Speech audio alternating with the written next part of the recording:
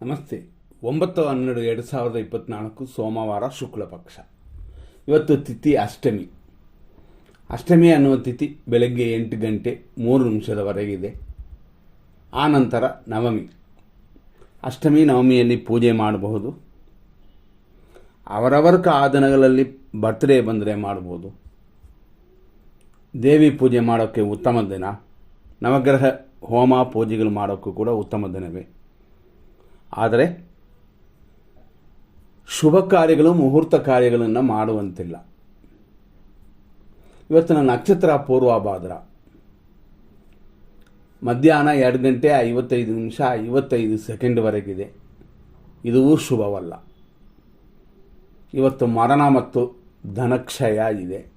ಆದ್ದರಿಂದ ಖಂಡಿತವಾಗಿ ಇವತ್ತು ಮುಹೂರ್ತ ಕಾರ್ಯಗಳು, ಹಣಕಾಸಿನ ವ್ಯವಹಾರ ಕೂಡ ಸರಿಯಾಗಿಲ್ಲ. ಈ ಸಮಯದ ನಂತರ ಅಂದರೆ 2:56 ನಂತರ ಉತ್ತರ ಭಾದ್ರಪದ ನಕ್ಷತ್ರ ಬರುತ್ತೆ. ಅದು ಶುಭವಾಗಿದೆ. ಆದರೂ ನವಮಿ ಇರೋದರಿಂದ ಖಂಡಿತವಾಗಿಯೂ ಚಿಕ್ಕ ಕಾರ್ಯಗಳನ್ನು ಮಾಡಿಕೊಳ್ಳಿ, ಓಡಾಟಗಳನ್ನು ಮಾಡಿಕೊಳ್ಳಿ. ಆದರೆ ಗಾಡಿಗಳಲ್ಲಿ ಹುಷಾರು.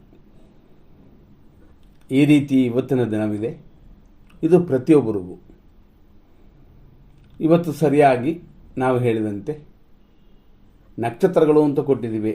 ನಕ್ಷತ್ರದಲ್ಲಿ ಪೂರ್ವಭಾದ್ರ ನಕ್ಷತ್ರ ಮನುಷ್ಯಗಣ ಅಂದರೆ ಮಾನುಷ್ಯಗಣ ಅಂತ. ಉತ್ತರ ಭಾದ್ರ ನಕ್ಷತ್ರ ಇದು ಮನುಷ್ಯಗಣವೇ.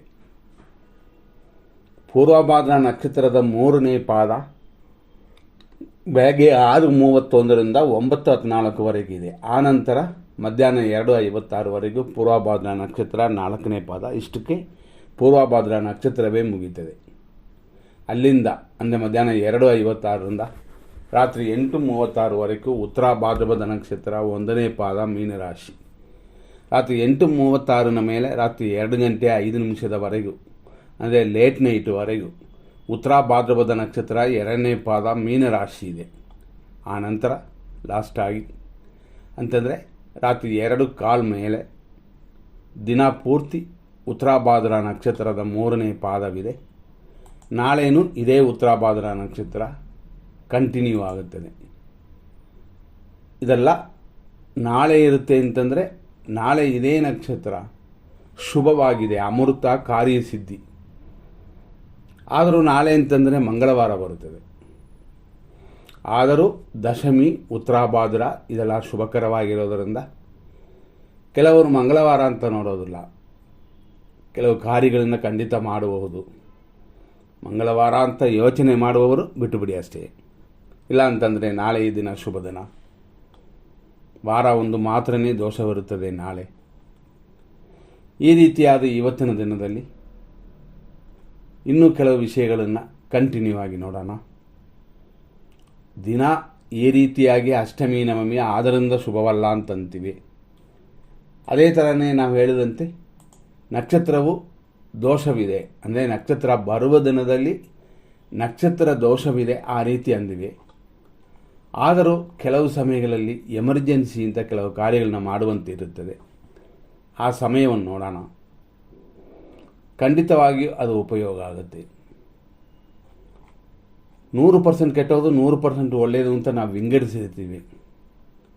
ನಾವು ಎಲ್ಲ ಪ್ರೋಗ್ರಾಮಲ್ಲೂ ಕೊಟ್ಟಿದ್ದೀವಿ. 100% ಕೆಟ್ಟೋದು ಅಂದರೆ ಏನರ್ಥ ಅಂದರೆ ಮುಹೂರ್ತ ಕಾರ್ಯಗಳನ್ನ ಇದರಲ್ಲಿ ಪ್ರಾರಂಭ ಮಾಡಬಾರದು. ಉದಾಹರಣೆ ರಾಹು ಕಾಲ 7:56 9:21 ಅದೇ ಥರ 9:10 11:04 ಮೃತ್ಯು ಇದೆ. 10:47 12:12 ಯಮಕಂಡ ಕಾಲವಿದೆ. 12:35 ಮಧ್ಯಾಹ್ನ 1:20 ದುರ್ಮುಹೂರ್ತ. ಮಧ್ಯಾಹ್ನ 2:25 2:56 ಒಂದು ಮೃತ್ಯು.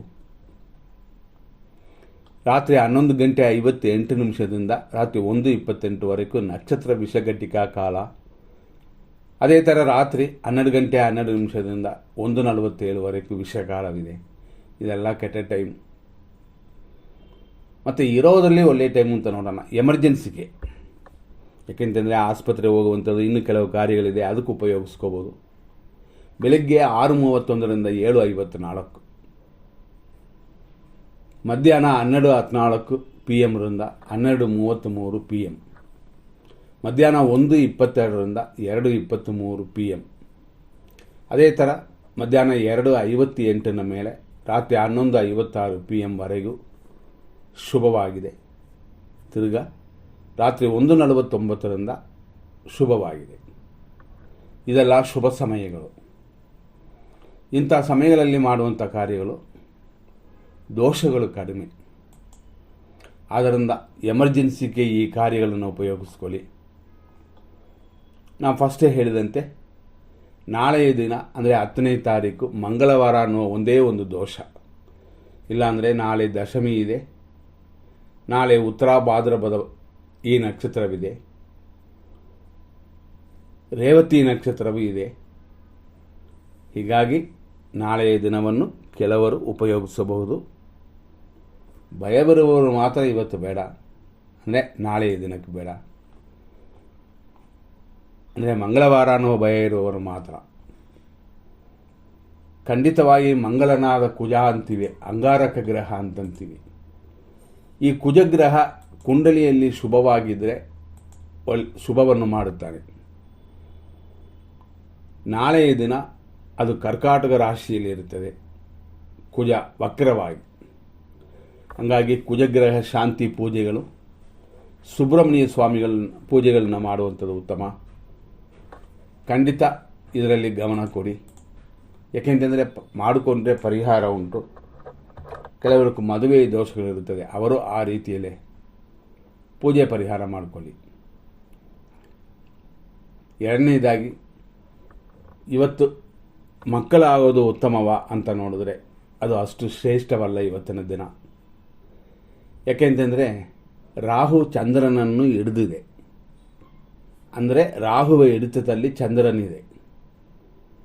ಆದ್ದರಿಂದಾಗಿ ಮಕ್ಕಳು ಆಗದೇ ಇರೋದು ಉತ್ತಮ.